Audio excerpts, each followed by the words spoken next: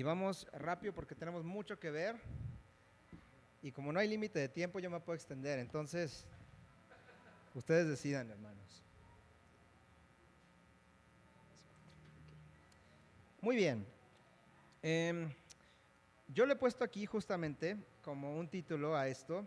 ¿De quién es el reino de Dios? ¿No? Porque esta es una pregunta que de repente podríamos pensar. Hay muchas discusiones teológicas que a mí no me encanta hablar mucho de esto acá, pero sí me encanta hablar de eso, ¿no? Entonces, si en privado en algún momento quieren hablar acerca de estas preguntas teológicas y todo eso, con todo gusto, pero acá simplemente vamos a decir esto, ¿no? El reino de Dios tiene diferentes facetas, ¿no? Podríamos pensar en el reino de Dios como algo que siempre ocurre. ¿Por qué? Porque Él gobierna sobre absolutamente todo. Pero al mismo tiempo hay cosas sobre las que no gobierna o puede o no gobernar. Si por ejemplo yo pienso en una persona que está viviendo en contra de la voluntad de Dios, no sé, pecando constantemente o incluso siendo una mala persona, yo no podría decir que el Señor está reinando sobre la vida de esa persona, ¿verdad? Sin embargo, una persona que es totalmente mala no tiene la capacidad de hacer algo que esté fuera de la voluntad de Dios. No sé si me explico con esto, ¿no? Entonces es un poquito complicado, porque yo puedo participar del reino de Dios o no participar del reino de Dios. Y la pregunta que hoy vamos a contestar es precisamente esta: ¿de quién es el reino de Dios? Las últimas ocasiones que hemos estado estudiando hemos visto algunos contrastes interesantes de lo que es una idea equivocada de lo que Dios quiere, ¿ok? Dios, ya vimos, quiere ciertas cosas, pero hay personas que lo malinterpretaban en muchas ocasiones. Estos eran los fariseos en muchas de estas ocasiones, otras veces eran otras personas, pero lo que Jesús vino a demostrar es qué es lo que realmente Dios quiso decir en su ley, ¿verdad? Del Antiguo Testamento. Ahora, ojo con esto, yo menciono ahorita a los fariseos. Recordemos, ¿los fariseos eran malos en sí o era malo ser fariseo? No era malo ser fariseo, ¿verdad? De hecho, ellos tenían probablemente la mejor doctrina. El problema no era el que tenían mala doctrina, el problema era que no vivían esa doctrina que ellos predicaban, ¿verdad? Ese era el verdadero problema. Ahora, hoy en día vamos a ver algo muy interesante, que es el siguiente paso del ministerio de Jesús: hacerse discípulos cercanos en quienes puede invertir su vida. Vamos a leer mucho, pero nos vamos a enfocar después en una partecita porque creo que tiene que ver con el propósito del autor acá, que acuérdense qué es lo que estamos intentando hacer, no nada más ver los versículos por ver los versículos, sino entender por qué están ahí, ¿sale? Entonces lo que tenemos ahí es en el versículo 12, vamos a leer del 12 al 16, es simplemente el relato de cómo él elige a sus discípulos. Dice así: en aquellos días él fue al monte a orar y pasó la noche orando a Dios. Y cuando era de día, llamó a sus discípulos y escogió a 12 de ellos, a los cuales también llamó apóstoles. Apóstoles significa enviados. A Simón, a quien también llamó Pedro, a Andrés su hermano, Jacobo y Juan, Felipe y Bartolomé, Mateo, Tomás, Jacobo, hijo de Alfeo, Simón llamado Celote, Judas, hermano de Jacobo, y Judas Iscariote, que llegó a ser el traidor. ¿Okay? Ahora, en esta pequeña porción podríamos hacer un mensaje completo, ¿no? Pero me gustaría considerarla como dentro del relato en el que se encuentra, porque creo que se relaciona precisamente con lo que vamos a ver después en este mismo pasaje. Pero por ahora solamente algunas notas y un principio hermenéutico importante, que esto hermenéutico es interpretación, cómo nosotros debemos interpretar la Biblia, ¿verdad? Para hacerle justicia a lo que el autor, que al final es Dios inspirando a este autor, quiso decir, ¿ok? En primer lugar, nótese que cada decisión importante que Jesús hacía, y lo vamos a ver a lo largo de todos los evangelios, él consultaba al Padre en oración. Antes de ir a la cruz, él estaba con el Padre en oración, ¿verdad? Y esto tenía el mismo propósito que nosotros debemos tener al orar hoy en día. Y no es expresarle nuestros deseos y que Él nos los conceda, ¿no? Como que fuera un genio de la lámpara, sino que el propósito de nosotros, y era el mismo de Jesús, es ponernos en sintonía con Dios, ¿no? ¿Cómo va a elegir Jesús a sus discípulos? Poniéndose en sintonía con Dios. No sabemos exactamente qué es lo que Él le pedía a Dios o cómo eran estas oraciones, pero sí creemos que si la intención de la oración es sintonizarse con Dios, esto es lo que Jesús hacía. Y si el Señor Jesús lo hacía, ¿cuánto más nosotros lo necesitamos, verdad? En segundo lugar, vamos a ver el principio hermenéutico, ¿no? ¿Alguien sabe por qué Jesús escogió a 12? ¿No? Muy bien, ahí les va. Y esto es bastante a veces ignorado un poco y a veces más bien abusado. Ahorita les voy a explicar por qué. Pero esto es por las 12 tribus de Israel, ¿ok? Recuerden, ¿dónde vimos el propósito de las 12 tribus de Israel? ¿Cuál era el propósito que se les dio? Es uno de los pactos, siempre, cada vez yo les hago este examen, ¿verdad? Ok, ¿dónde se le dice a un hombre el propósito que van a tener sus hijos? ¿O a qué hombre? A Abraham, muy bien, ¿en dónde? Acuérdense, Abraham, en la Biblia, sí, ¿en Génesis qué? Siempre, Génesis 12, recordemos eso es básico. Tatúenselo de verdad así en los párpados para que lo tengan así cuando yo les diga, pum. Génesis 12 habla justamente de en ti serán benditas todas las familias de la tierra. El propósito de los hijos de Abraham, después las 12 tribus de Israel, porque acuérdense, Abraham tuvo un hijo que se llamó Isaac, ¿no? Ese Isaac tuvo a Jacob, quien recibió la promesa, Jacob y Esaú, pero Jacob quien recibió la promesa, y él tuvo a 12 hijos. Estos 12 hijos tenían un propósito, ser de bendición a todas las familias de la tierra. Entonces fíjense en esto, ¿por qué Jesús escoge a 12 discípulos? Por el mismo propósito, para que estos discípulos sean de bendición a todas las familias de la tierra. Porque Israel falló, porque ellos eran del pueblo de Israel o lo sustituye o algo así, no tiene mucho que ver con esto, ¿no? Realmente nada más es un símbolo de lo que Jesús pretende hacer. Estos 12, así como los 12 de Jacob, tienen el propósito de bendecir a todas las familias de la tierra. Eso lo vamos a ver en Mateo 28, ¿verdad? Ay, perdón.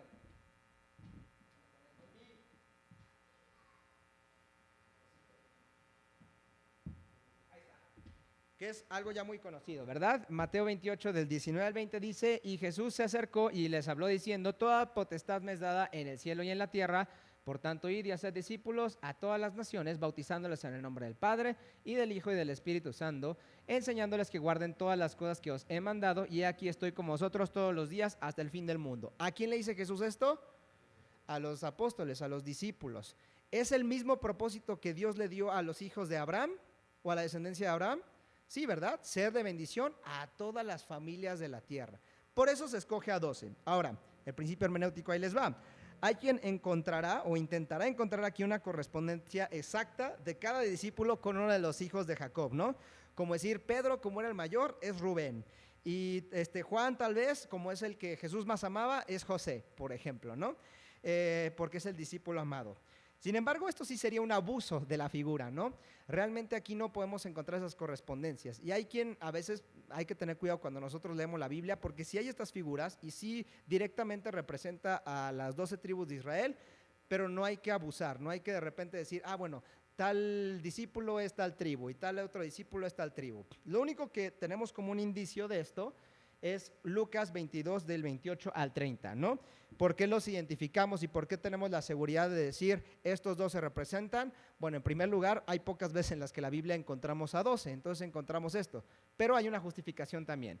Lucas 22 del 28 al 30 dice así, pero vosotros sois los que habéis permanecido conmigo en mis pruebas. Yo pues os asigno un reino como mi Padre me lo asignó a mí, para que comáis y bebáis en la mesa de mi reino y os sentéis en tronos juzgando a las 12 tribus de Israel, ¿sale? Entonces ellos, no quiero decir directamente sustituyen a las 12 tribus, porque no lo hacen, pero de alguna manera el Señor amplía a través de ellos su propósito, ¿verdad? Ellos juzgan porque ellos tienen el mismo propósito que tenían las tribus de Israel, pero tal vez ellos van a decir, ¿cumplieron o no? No sé si me explico con esto, es demasiado, ¿verdad? Esto voy pasando muy rápido, pero bueno, aquí eso es lo que estamos viendo acá.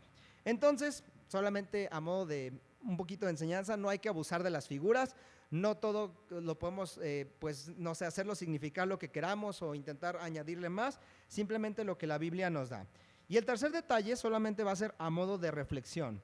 A veces tendemos a pensar que cuando tomamos una decisión que en un futuro no nos favorece en el plano físico, es posible que no estamos siguiendo la voluntad de Dios. ¿Ok? Tienes cáncer, es que Dios te está castigando. Tienes, se murió uno de tus familiares, es que tú desobedeciste a Dios o algo así, ¿no? Pero quiero que pienses en esto. ¿Quién estaba guiando a Jesús a elegir a sus discípulos? El Padre. ¿Se puede equivocar el Padre? ¿Se puede equivocar Jesús? ¿A quién eligió Jesús? Que le saca de onda un poco. ¿A quién? A Judas. Dice ahí incluso el que lo traicionó. ¿ok? Estaba Jesús buscando la guía de Dios. Sin embargo, hay que pensar en esto. Dios tiene un propósito con esto. Y lo vamos a ver, de hecho, hoy, más adelante, ¿no? Pero es interesante que aún siendo guiado por Dios, Él escoge a Judas. ¿Se equivocó? No se equivocó. Pero nos habla de cómo Dios es misericordioso y da oportunidades a pesar de que sepa, ¿verdad?, qué es lo que va a pasar.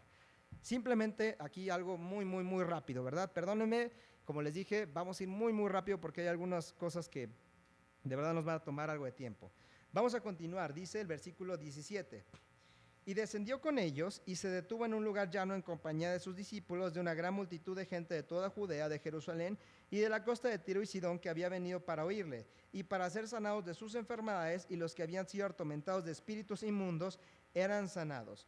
Y toda la gente procuraba tocarle, porque el poder salía de él y sanaba a todos. Entonces, fíjense cómo él, después de elegir a sus discípulos, Jesús empieza a demostrar el poder que salía de él. Él ya lo había hecho durante mucho tiempo antes, pero él en este momento repite lo que había estado haciendo ahora delante de sus discípulos y sigue anunciando, ¿no?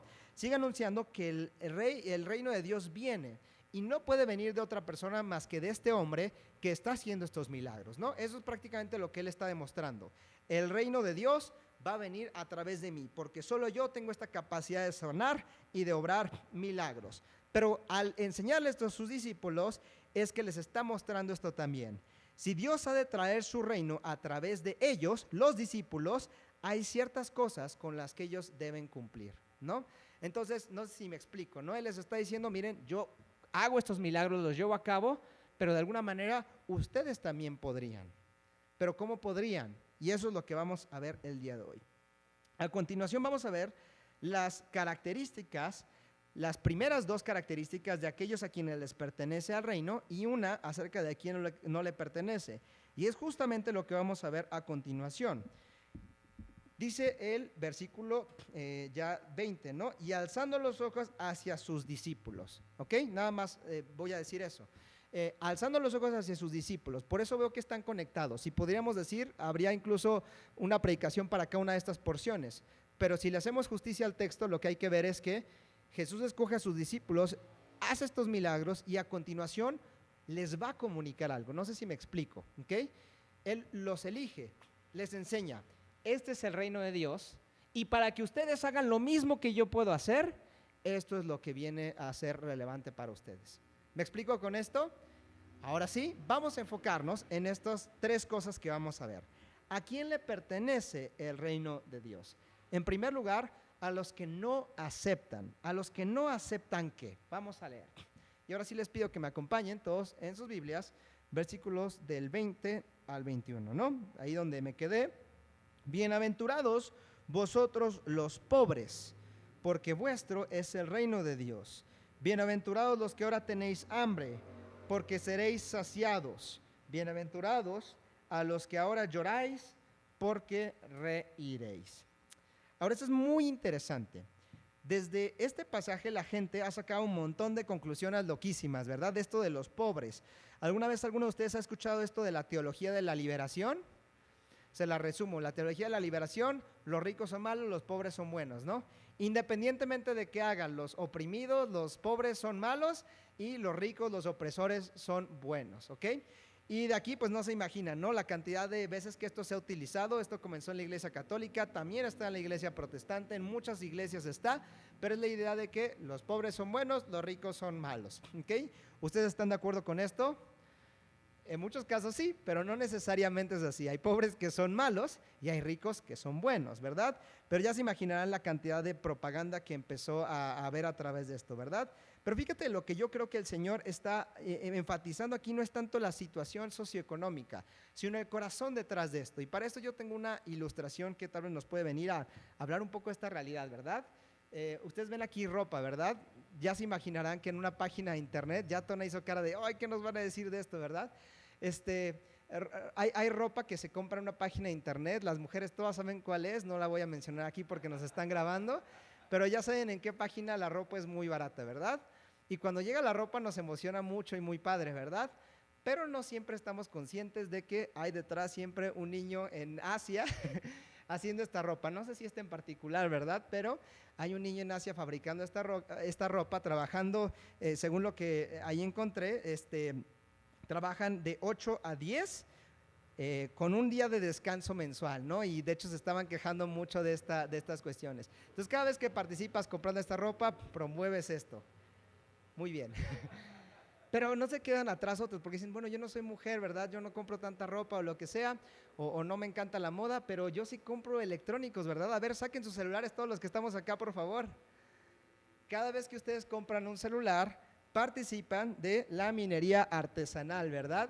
Que es precisamente también otra forma de abusar de gente que está en necesidad. No sé si podemos cerrar la ventanita y si quieren podemos, no sé si podemos prender el ventilador para que no nos dé tanto frío, pero para que no haya tanto ruido, ¿no? Pero bueno, aquí otra bastante interesante, ¿no?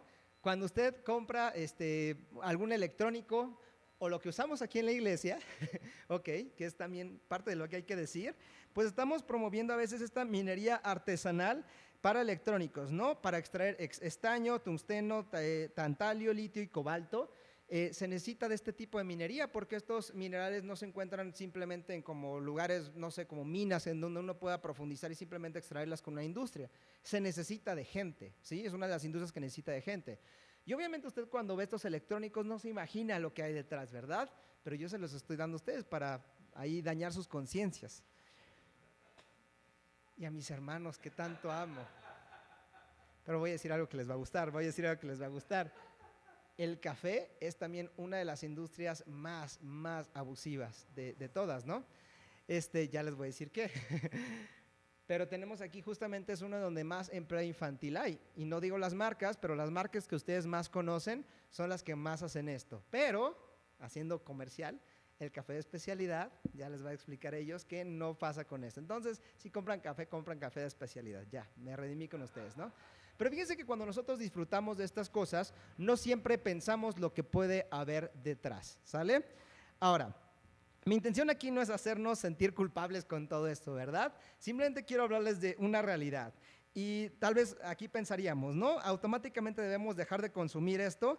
Y lo único que yo quiero que enfatizar es que este problema es demasiado complejo, ¿no? Porque tal vez ustedes viendo estas cosas dicen, dejemos de comprar, dejemos de comprar electrónicos o dejemos de consumir café.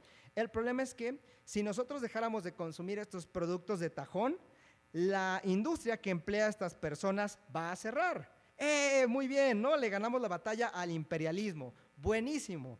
Pero si esto pasara, millones de personas en situaciones ultra vulnerables, que si bien en condiciones totalmente precarias, acaban de perder la que posiblemente es su única fuente de empleo. Está terrible esto, ¿verdad? El problema es demasiado complejo porque diríamos, vamos a boicotear a las empresas. Si las boicoteamos, mucha gente se queda sin trabajo. Pero están en condiciones precarias, entonces consumimos. Es demasiado difícil dar una solución a esto. Es lo único que yo quiero enfatizar. Y muestra simplemente una realidad.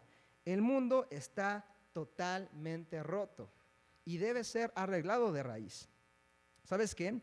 En cuanto al problema que te comento de todo esto, existen miles de ONGs y organizaciones sin fines de lucro que intentan dar solución a un montón de problemas complejos, pero no pueden hacerlo. ¿Y sabes por qué?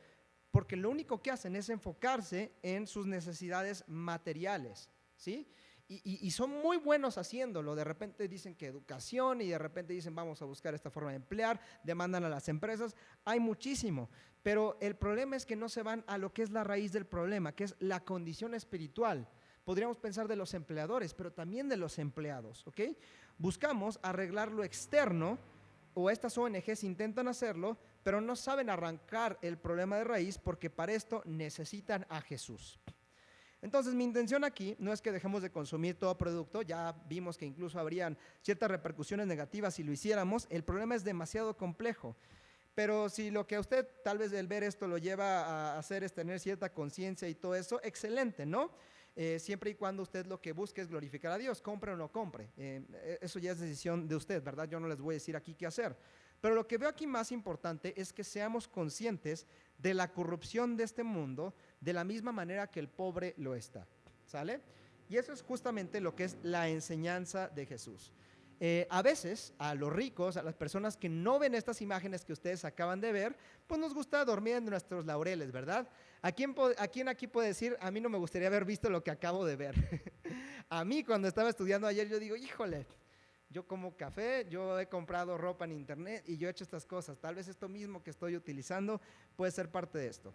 Y tal vez, como les digo, la solución no es dejar de comprar, pero lo que es, de alguna manera, lo que tenemos que ver es una ventaja que tienen las personas que son pobres y la tienen sobre las personas que son ricos, que es justamente lo que está enseñando Jesús. ¿Okay?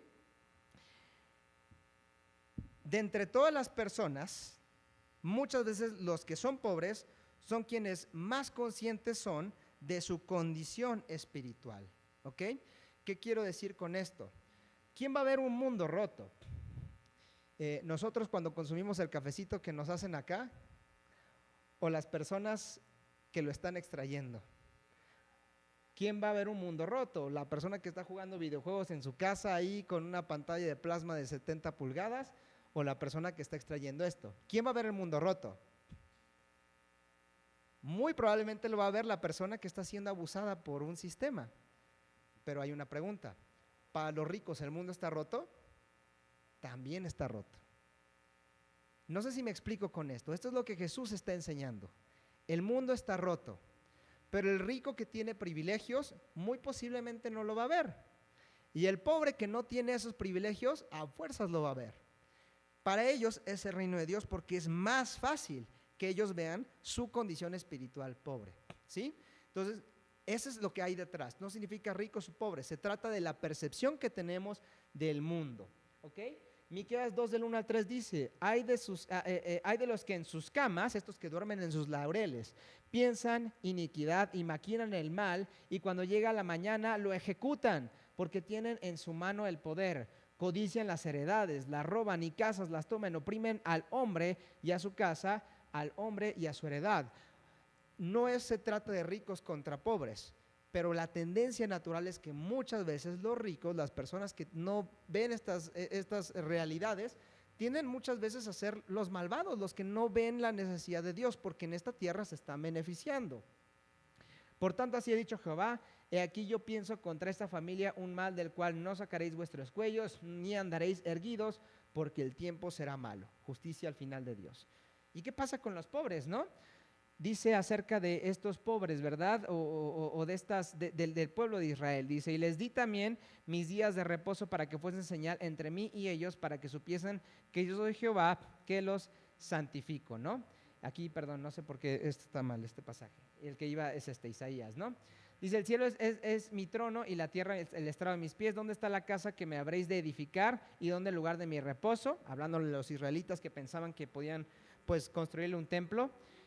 O que esto era el lugar donde él iba a morar. Mi mano hizo todas estas cosas y así estas cosas fueron, dice Jehová, pero miraré a aquel que es pobre y humilde de espíritu y que tiembla a mi palabra. No se trata nada más del que sea pobre porque es pobre, sino el que es pobre pero humilde en espíritu y que tiembla a mi palabra, que tiene temor de Dios. ¿Qué es lo que estamos aprendiendo aquí? El reino de Dios es para los pobres porque es mucho más probable que alguien que ya percibe su mundo como algo que está roto, algo que está enfermo, también esté dispuesto a recibir algo nuevo. Alguien que al ver el mundo y la condición del mundo dice, no acepto, no me gusta, no estoy conforme con la forma en la que están las cosas en este mundo, ¿verdad? Cuando ven imágenes como lo que vimos y dicen, este mundo no puede ser lo único que hay, debe haber algo más. Y es entonces cuando uno es libre de recibir algo nuevo, ¿ok?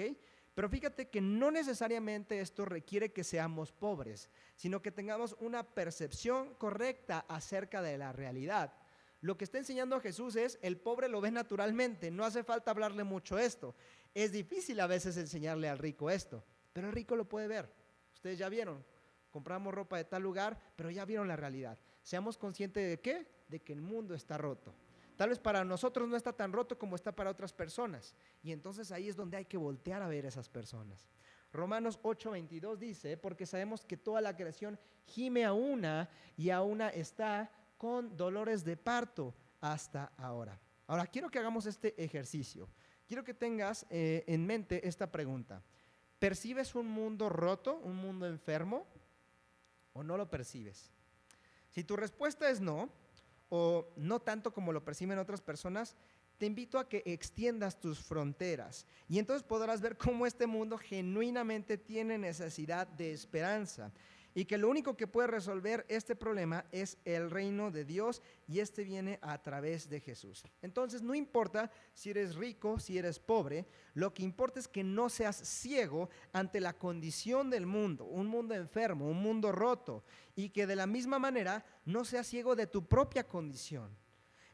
Somos personas rotas, enfermas y en necesidad de un Salvador. Muchas veces nos pasa esto, o les pasa a personas, no sé en qué condición tú te encuentres o si te percibas como alguien privilegiado o no privilegiado, pero tendemos a olvidarnos de las otras personas, ¿no? Tendemos a olvidarnos de las personas que están en menor necesidad.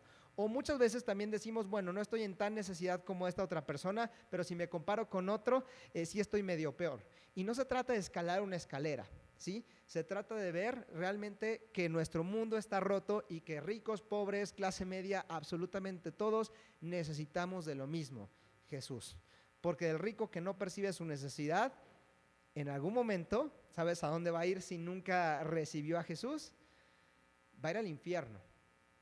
Y el pobre, que tal vez sí vio su necesidad, va en algún momento a recibir a Jesús, ¿y dónde va a estar? ¿Cuál tiene que ser nuestra percepción acerca del rico? ¿Qué bueno que le fue mal? ¿O misericordia? Todos necesitamos a Jesús, ¿sí? Eso es algo que hay que ser conscientes. Y el mundo está roto.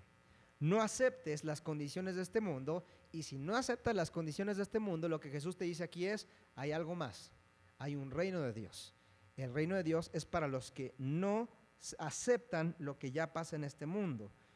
Y el segundo punto también es para los que no se amoldan. Ahora, esto es interesantísimo. Jesús le está comunicando a sus discípulos que si ellos van a ser parte del reino de Dios, no solamente van a tener que aceptar las condiciones de este mundo, sino que deben oponerse a este mundo tal como lo hicieron los profetas del Antiguo Testamento. Vamos a leer del 22 al 23. Dice así: primero, bienaventurados los pobres, los que tienen hambre. Después dice, bienaventurados seréis cuando los hombres os aborrezcan, 22, y cuando os aparten de sí y os vituperen y desechen vuestro hombre como malo por causa del Hijo del Hombre. Este Hijo del Hombre es Jesús, recordemos. Gozaos en aquel día y alegraos, porque he aquí que vuestro galardón es más grande en los cielos, porque así hacían sus padres con los profetas. Entonces, esto, como les digo, es muy interesante. Lo vamos a ver en Segunda de Crónicas 36, del 15 al 16. Lo tengo aquí en la pantalla para que lo vean ahí.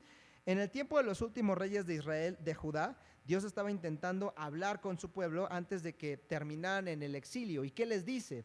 Dice, y Jehová, el Dios de sus padres, envió constantemente palabra a ellos por medio de sus mensajeros, porque él tenía misericordia de su pueblo y de su habitación. Mas ellos hacían escarnio de los mensajeros de Dios y menospreciaban sus palabras, burlándose de sus profetas, hasta que subió la ira de Jehová contra su pueblo y no hubo ya remedio. ¿Ok? Tona, ¿me podrías apoyar con algo? ¿Crees que puedas cargar mi computadora que tiene ahí el cargador? Muy bien. Disculpen, hermanos. Entonces, tenemos esto que es justamente lo que Jesús está denunciando. Los profetas llegaron a comunicarles algo que les iba a ser beneficioso y sin embargo ellos los menospreciaron. Y tal vez tú te vas a preguntar, ¿y por qué hicieron esto, verdad? Qué malvados ellos del pueblo de Israel que menospreciaban a los profetas. Qué bueno que nosotros ya tenemos al Espíritu Santo y no hacemos esto. Pero yo les quiero decir que tal vez sí lo seguimos haciendo y que hay un problema tal vez con nosotros, ¿no? ¿Ustedes saben quién es esta niña? No sé si alcanzan a leer lo que dice ahí, ¿no? Dice, profe, no se olvide de revisar la tarea, ¿no? ¿Quién conocía a esta niña, La niña de los plumones, dice ahí, ¿no? Bueno, ¿quién sabe quién sea? Para mí, no les digo el nombre porque tal vez la tengo en Facebook y se ve en el mensaje, pero hay una niña que así siempre era en mi clase, ¿no? Profe, ¿va a pedir la tarea? ¿Quién conoce a esa niña? ¿Quién todavía se acuerda del nombre? Tona era. Muy bien. Y todos vemos a Tona de esta misma manera, ¿verdad? Cuando dice, profe, va a pedir la tarea. Ok. ¿Se acuerdan de esa niña o fueron esa niña? Ok, ¿qué hacía esta niña que ay, nos molestaba, verdad? ¿Pero por qué nos molestaba? Fíjense lo curioso, ¿estaba haciendo algo mal ella? ¿Quién es quien estaba haciendo algo malo? Pero qué mal nos caía ella, ¿verdad? ¿Por qué? Porque mientras ella sí hizo lo que tenía que hacer y quería que se hiciera justicia, yo no. Yo estaba participando de la corrupción, de decir, yo no hice la tarea y ojalá que esta no diga nada. Y qué mal, ¿verdad? Lo que de alguna manera estos ven, pero es como que, profe, hizo la tarea, va a checar la tarea y nosotros decimos, ¿por qué preguntas? ¿Ok? Y nos molestamos. ¿Quién se llevó a molestar con una niña así? No, ahora sí ya nadie, ¿verdad? Bueno, si tú te llegaste a molestar por la niña o por el chavo o lo que sea, que era el ñoño, que era el del profesor o lo que sea, y que sí hacía lo que tenía que hacer, te quiero decir que la única razón por la que tú te enojaste con esa persona, y nota que yo también levanté la mano, es porque tú estabas viviendo en corrupción. ¿Ok? Y ese es mi caso también. Yo llegué a odiar, la tengo aquí presente, porque una vez hasta me corrigió un examen, nos dejaron de tarea hacer un examen y sí, ¿verdad? Mejor ya no digo nada. Ya vas a ver. Nah, ni creo, no sé. Pero el chiste es que era como algo molesto, ¿no? Pero la verdad es que era molesto porque yo estaba haciendo mal y muchos en el salón estábamos haciendo mal. Y nos molesta cuando no quieren participar de esa corrupción en el trabajo también, ¿no? Oye, chitón, y si no, es feo. Pero ¿por qué molesta este tipo de gente? Molesta porque cuando ellos están caminando en luz, están exhibiendo lo que hay dentro de nosotros, que es oscuridad. Esta es la razón por la que ellos odiaban a los profetas. Entonces, si tú odiaste a esta niña del salón, es muy probable que si tú hubieras visto a los profetas venir a anunciarte algo, también los odiaras, ¿sí? Y esto nos habla justamente de esta realidad, ¿no? Vamos a ver que esto es bastante interesante porque justamente mientras esta niña nos cae mal porque andábamos en tinieblas, pues ella no andaba en tinieblas, ¿no? No estaba haciendo realmente nada malo, pero la verdad incomoda, ¿ok? Ahora, tal vez nosotros, tal vez así vamos a entender el corazón de los israelitas, ¿no? En este momento, ellos decían, qué molestos estos profetas, porque nada más nos andan molestando, ¿no? Queremos robar y nos dicen que no robemos, queremos mentir y nos denuncian, queremos ignorar al pobre y ellos no nos dejan hacernos de la vista gorda, porque, por ejemplo, Amós nos habla de esto, ¿no? Salmo 37:14 dice, los impíos desenvainan espada y entensan su arco para derribar al pobre y al menesteroso, para matar a los de recto proceder. Ojo, algo que quiero que quede muy claro, vemos mucho esta palabra del pobre, el pobre, el pobre, y aquí se podría sacar esta doctrina de que el pobre es malo, el bueno y el rico es malo. No se trata de eso. Lo que pasa es que en la tendencia de este mundo, el pobre o a la persona que quiere honrar a Dios, desgraciadamente le va a ir mal, porque el sistema del mundo así funciona. No es regla absoluta, pero muchas veces la tendencia. Amós 5 del 10 al 13. Ellos aborrecieron al reprensor en la puerta de la ciudad y al que hablaba lo recto abominaron. Por tanto, puesto que vejáis al pobre y recibís de él carga de trigo y edificasteis casa de piedra labrada, mas no habitaréis ni plantasteis, viñas, hermosas viñas, mas no bebiereis el vino de ellas, ¿no? Entonces, tenemos justamente aquí como una acusación por parte de Amós. De hecho, Amós es el profeta que más habla en contra de estas actitudes por parte de los ricos opresores, y vas a ver mucho esta actitud, ¿no? Ahora, algo que es importante es que esto no es exclusivo, ¿verdad?, de este tiempo, de que los profetas en el Antiguo Testamento eran rechazados. No sé si recuerdas de Esteban, ¿no? Esteban es conocido como el primer mártir, ¿verdad?, del Nuevo Testamento. Y algo muy interesante es que este hombre que justamente está diciendo esto él acerca de los profetas, ya lo vamos a leer, va a hablar después de Jesús y después va a hablar de alguien más, ¿no?, que es interesante. Dice así: ¿a cuál de los profetas, hablándoles a estos judíos que en algún momento no querían reconocer a Jesús, dice, ¿a cuál de esos profetas no persiguieron vuestros padres y mataron a los que anunciaron de antemano la venida de Jesús, del justo? Puedo pensar en Isaías, puedo pensar en Jeremías, ¿no? Puedo pensar en personas que fueron perseguidos por ellos. Pero después dice, a quien vosotros ahora habéis sido entregadores y matadores. ¿De quién está hablando ahí? De Jesús. Vosotros que recibisteis la ley por disposición de ángeles y no la guardaste. Y adivinan quién fue el siguiente en Hechos 7, si ustedes conocen la historia. El siguiente, en Hechos 7 se habla de Esteban, ¿no? O Esteban está diciendo estas palabras. ¿Qué pasa acto seguido después de que él dice esto? Lo matan. Mataron a los profetas, mataron a Jesús, y yo que los estoy acusando, también me toca caer por la espada. Porque qué incómodo los profetas, ¿no? Qué incómodo que nos digan la verdad. Por eso 1 Pedro 4:14 dice: si sois vituperados por el nombre de Cristo, sois bienaventurados, porque el glorioso Espíritu de Dios reposa sobre vosotros. Ciertamente de parte de ellos Él es blasfemado, pero por vosotros es glorificado. Hermano, este llamado no es fácil, pero el reino de Dios es nuestra recompensa. No nos acomodemos, como lo hicieron muchas personas que de repente dejaron de hablar la verdad. Si nos acomodamos, vamos a perder el reino de Dios.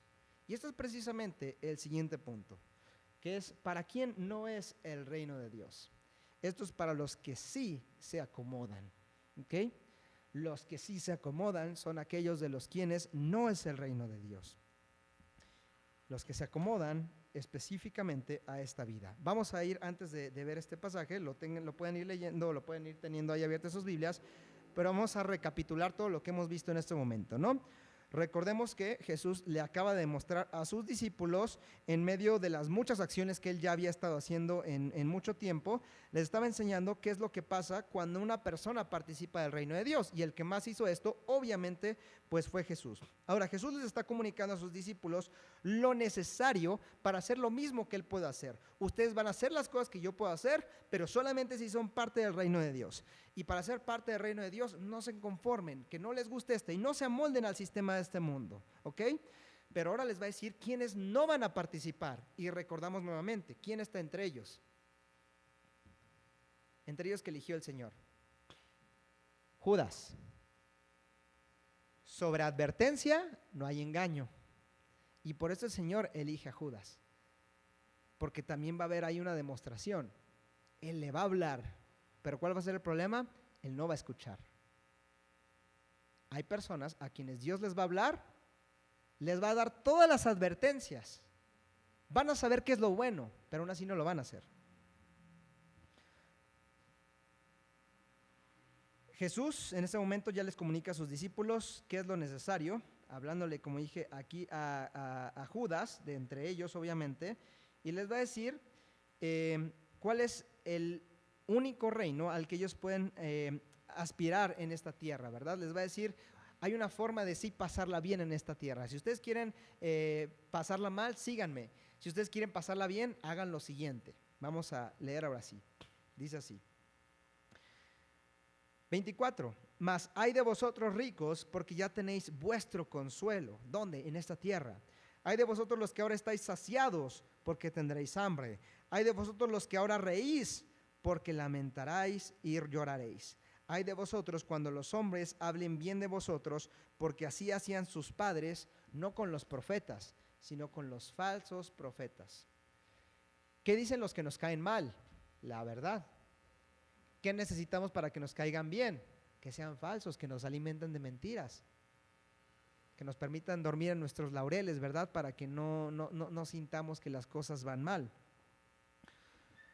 Todas estas personas que solamente viven en el aquí y en el ahora, personas que disfrutan el momento, pero no son conscientes de que poco a poco están conformándose un mundo menos real al que Dios creó en un inicio y que nos puso a nuestra disposición. Algo como lo que le pasa a la persona que le gusta mucho estas, ¿verdad? ¿Qué son estas? Estas son poderosísimas. Yo aquí tengo 2, 3 en una en mi casa. No digo las marcas porque vamos a transmitir esto, aunque aquí ya están, ¿no? Pero no se alcanzan a ver en el video. Y estas nos dan una capacidad súper padre, ¿verdad? Porque de alguna manera esto nos ayuda a hacer muchas cosas, ¿no? Lo que hacemos muchas veces con esto, y tal vez uno más que yo se identifique con este sentir, ojalá que no, pero muchas veces podemos tener lo que queremos y podemos tenerlo ahorita, ¿verdad? ¿A quién le gusta ahorrar? lo hacemos, qué bueno, pero no nos gusta, ¿verdad? ¿Qué prefieres? ¿Ahorrar para algo que quieres comprar o mejor comprarlo de momento y después lo vas pagando? ¿Solo qué? Solo una vez, ok. Es interesante, ¿no? Porque yo puedo pensar, yo tengo una tele en mi casa, pero esa tele me la llevé a casa de mis papás hace ya unos 10 años, ¿no? Es de 40 pulgadas, no es Smart TV, pesa muchísimo y como que me hace falta una nueva, ¿no?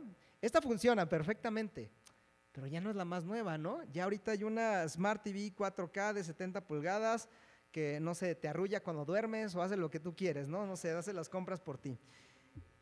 Y cuesta la mínima cantidad de 17,000 pesos. ¡Uy! Suena feo 17,000 pesos, ¿no? Pero la podrías tener hoy en tu casa por solamente 10,000 pesos mensuales a 24 meses con intereses. Ya suena mucho más posible, ¿sí o no, verdad? De 17 a 1,000 pesos mensuales, claro que se puede, ¿verdad? ¿Y qué tal el carro? Yo no dejo mi Versa, pero imaginémonos que quiero ahora el Versa nuevo, ¿verdad? ¿Cuál salió? El 2024, perdón, que estoy yo en el 2026 más bien. El Versa 2026, ¿verdad? Un carrazo. Y ahorita no puedo, ¿verdad? 400,000 pesos, no hombre. Pero 5,000 pesos al mes, eso no suena tan mal, ¿sí o no, verdad? Y si pienso en esto, a ver los gastos y más o menos me va saliendo con esto, ya van 6,000 pesos. Pregunta, ¿puedo comprarme estas cosas hoy? Realmente yo no puedo, los 400,000 pesos ya exceden mi límite de crédito, ¿no? Pero si vendo unas cosas, la verdad es que sí podría de alguna manera a veces pensar en poder hacerme de estos préstamos. No sé si me explico, ¿verdad? ¿Se disfrutan? Sí se disfrutan, al momento se disfrutan, pero a largo plazo, ¿quién alguna vez cometió un error así? ¿O quién tal vez ahorita todavía le está pagando? Es terrible, ¿verdad? Pero muchas veces, y ojo, no estoy aquí yéndome en contra de usar el crédito, yo lo utilizo, ahorita estoy pagando mi refrigerador, no pasa nada, ¿verdad? Hay que ser muy sabios con esto, ¿verdad? Ojo con hacerlo con cosas que de verdad no necesitamos, es algo terrible. Pero hay que tener mucho cuidado con esto, porque sí son peligrosas. ¿Y qué son estos? Son un acceso inmediato a lo que yo quiero. Esta, hermanos, es precisamente la mentalidad que tenían estas personas, ¿verdad? Los ricos. Querían lo que quieren ahora, aquí y en este momento. Quiero disfrutar. Mañana no importa. Cada día tiene su propio afán, ¿verdad? Hoy vamos a disfrutar. Me compro esto porque no sé si mañana voy a estar aquí. Si tienes una enfermedad terminal, podrías decir, bueno, pues me compro de absolutamente todo, ¿no? Y de repente te dicen, ¿qué crees? No tienes enfermedad terminal. Te salvaste, el Señor te salvó, pero tú ya te metiste en un montón de deudas, ¿verdad? Las personas muchas veces les gusta vivir así. Yo conozco personas que se han endeudado cañón, de verdad mal, y que uno ve su estilo de vida y dicen, a ver, ¿cómo le haces para pagar esto? No importa. Y de verdad vivimos en el aquí y en el ahora y de repente no te das cuenta o sí te das cuenta pero no quieres ver y ya tienes a veces hasta millones de pesos en deudas, ¿no? Hay millonarios, esto es increíble, hay millonarios famosos que tienen deudas, o sea que tienen menos dinero que yo porque más bien deben, pero siguen disfrutando la vida de vicios, siguen viviendo en el aquí y en el ahora. Lo que nos está enseñando Jesús es que de esto no es el reino de los cielos, porque hay personas, y deja tú las deudas, no se trata de deudas, pero están en deuda con Dios. Y quieren sumarle todavía más a esas deudas, siendo malvados. Y esto es independientemente de que sean pobres o de que sean ricos. Pero siguen añadiéndole pecado a su deuda. Siguen añadiéndole injusticia a sus acciones. Y esta es una realidad que muchas veces, nuevamente enfatizando que no se trata de ricos y pobres, pero muchas veces esto pasa con las personas que se perciben como ricos. Y te voy a decir algo, en mi experiencia, probablemente el grupo más complicado al cual predicarle el evangelio son los ricos, los que piensan que no necesitan nada, que ya lo tienen todo. Aquellos que no son ni siquiera conscientes de su necesidad porque a su parecer todo lo tienen.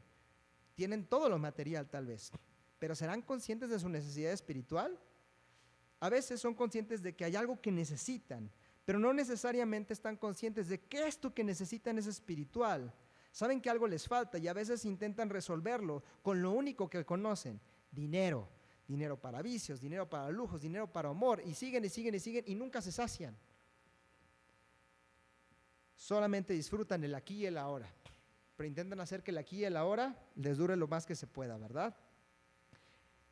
Pero hermano, al igual que el pobre, esta mentalidad tampoco es exclusiva del rico. Cuando usted y yo pensamos en las cosas de este mundo, participamos de esta mentalidad. Gastamos tiempo en ganar dinero, gastamos dinero en lujos y usamos los lujos para disfrutar del momento. Pero el momento es efímero, se va así.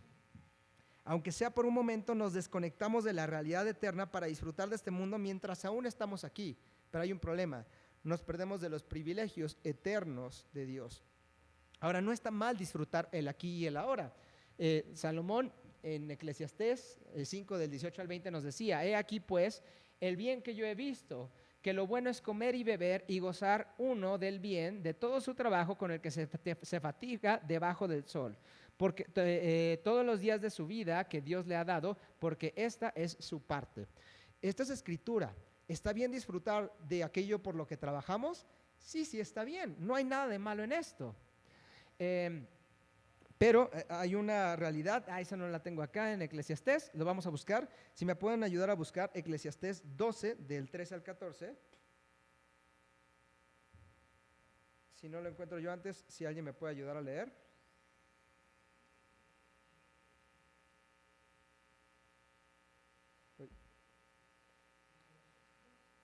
Eclesiastés 12, ya lo encontré.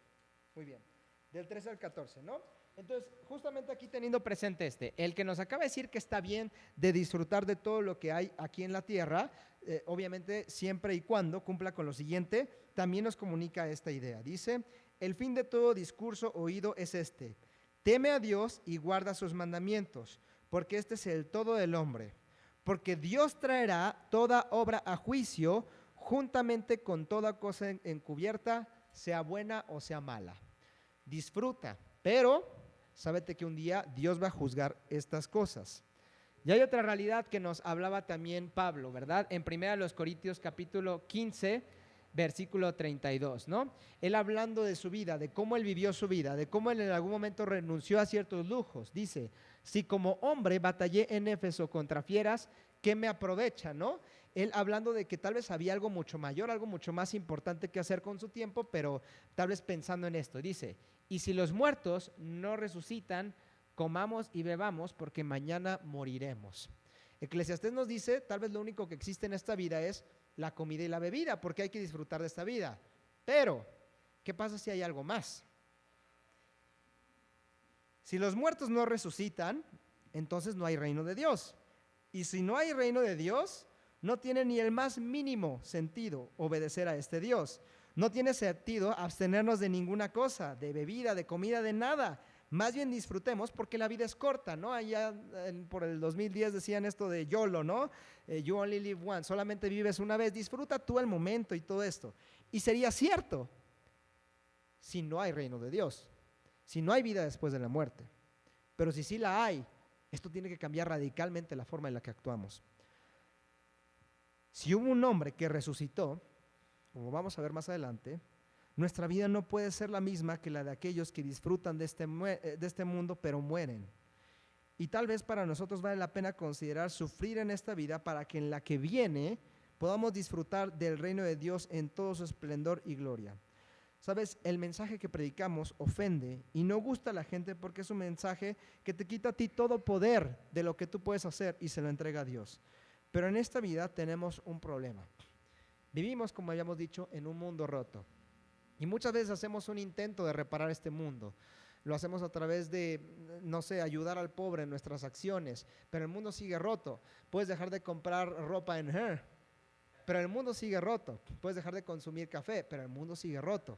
Puedes hacer todo lo que puedas. Es más, puedes volverte médico, ingeniero, psicólogo, cualquier que quieras que sea la carrera más noble, pastor. Pero el mundo sigue roto. Y el problema es que nosotros, con intentar solucionarlo, muchas veces la regamos más, ¿verdad? ¿No? Si te ha pasado con uno de tus hijos que de repente le das una tarea, lavar los platos, hacer algo, y están chiquitos, le dices hazlo, ¿no? Y de repente la riegan. Y de repente dices, no, a ver, déjame. No, papá, yo quiero hacerlo. Y tú sabes que la va a regar más. Aquí están mis papás. Un día me pasó lavando el carro, ¿no? De mi papá. Y dice, ya déjalo así mejor. Pero a veces así somos con Dios. Intentamos solucionar este mundo, pero nosotros fuimos quienes lo rompimos. Porque la paga del pecado es muerte. La Biblia nos enseña que la consecuencia de absolutamente todo lo que hacemos que va en contra de la ley de Dios, su consecuencia es muerte. Y no hay forma en la que nosotros podamos reparar esas cosas. Vamos a pensar que tuviéramos nosotros la posibilidad de reparar nuestro pecado. Sería como que yo le dijera a mi hermano Edgar, que tiene aquí suelas azules, suelas blancas, o yo que tengo también suelas blancas, te voy a regalar unos zapatos totalmente nuevos, pero quiero que no los ensucies, ¿ok? Y vamos a decir que para no ensuciarlos, él lleva un trapito, ¿verdad? Y cada vez que da un paso, lo limpia, ¿ok? Y después da otro paso y lo limpia. ¿Cuántos trapos echaría al día? ¿Sería posible? Bueno, eso sería como que Dios nos dijera, por cada mala acción, haz una buena acción y se repara tu pecado. No funciona así, pero imaginémonos que así fuera. ¿Se podría? Lo que es imposible para los hombres es posible para Dios. Hubo un hombre que nunca, vamos a decir así, pisó el suelo, aunque sí lo hizo, y mucho, y tenía los pies sucios, lavó los pies de sus discípulos. Este es Jesús. Todas las cosas que Él vivió en esta tierra, todo lo que Él nos está enseñando en este momento, Él lo vivió. Él fue pobre, interesantemente, pero fue justo. Disfrutó de cosas preciosas, estuvo en una boda y convirtió el agua en vino. Sí tuvo lujos tal vez, pero su vida no buscaba esto. Su vida buscaba una vida después. Él vivió una vida de modo que él solamente vivió 33 años, pero en esos 33 años él hizo valerlos. Él hizo pensar, esto va a valer la pena. ¿Por qué? Porque en algún momento yo voy a estar a la diestra del Padre y es donde él se encuentra. Pero déjame platicarte lo que él hizo. Dice, porque la paga del pecado es la muerte, pero la dádiva de Dios es vida eterna en Cristo Jesús. Juan 3:16 dice, por cuanto todo, perdón, Juan 3:16, porque de tal manera amó Dios al mundo que ha dado su Hijo unigénito para que todo aquel que en Él crea no se pierda, sino que tenga vida eterna. Y Romanos 5:8, más Dios muestra su amor para con nosotros, en que siendo aún nosotros pecadores, Cristo murió por nosotros. Si tú el día de hoy te acabas de identificar con este pecado, con esta maldad, con todas estas cosas, yo te puedo decir algo, hay una solución, pero la solución es Jesús, quien vino aquí a la tierra a morir por esos pecados, una muerte que te correspondía a ti. Pero Él resucitó al tercer día, demostrando su victoria sobre la muerte y también sobre ese pecado que en algún momento a ti te condenaba. Entonces, el mensaje es este: nosotros no podemos hacer nada absolutamente más que mirar al reino de Dios y reconocernos como necesitados. Si el día de hoy tú te reconoces como necesitado, si el día de hoy tú dices, yo no puedo salvarme a mí mismo, mis mejores intentos me terminan dejando en lo peor, a veces peor que el polvo, entonces lo que necesitas hacer es ver a Jesús. Y Jesús puede llevarse todo esto. Pero para la persona que no ve su necesidad o que no se siente necesitado, esto es imposible. Seamos pobres no tanto económicamente, sino seamos pobres en nuestra condición, porque lo somos. Y el único que puede proveer para esa pobreza es el Señor. Si tú en este momento vives bajo la ilusión de que tal vez no necesitas a Jesús, de que tal vez eres rico y no necesitas absolutamente nada, yo te pido que en este momento consideres y te humilles por aquel que se humilló antes por ti.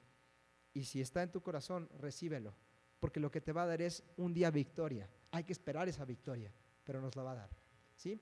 Me gustaría hacer una oración por todos nosotros y vamos a concluir. Señor, te damos gracias por tu vida, Señor. Gracias por tu muerte, Señor.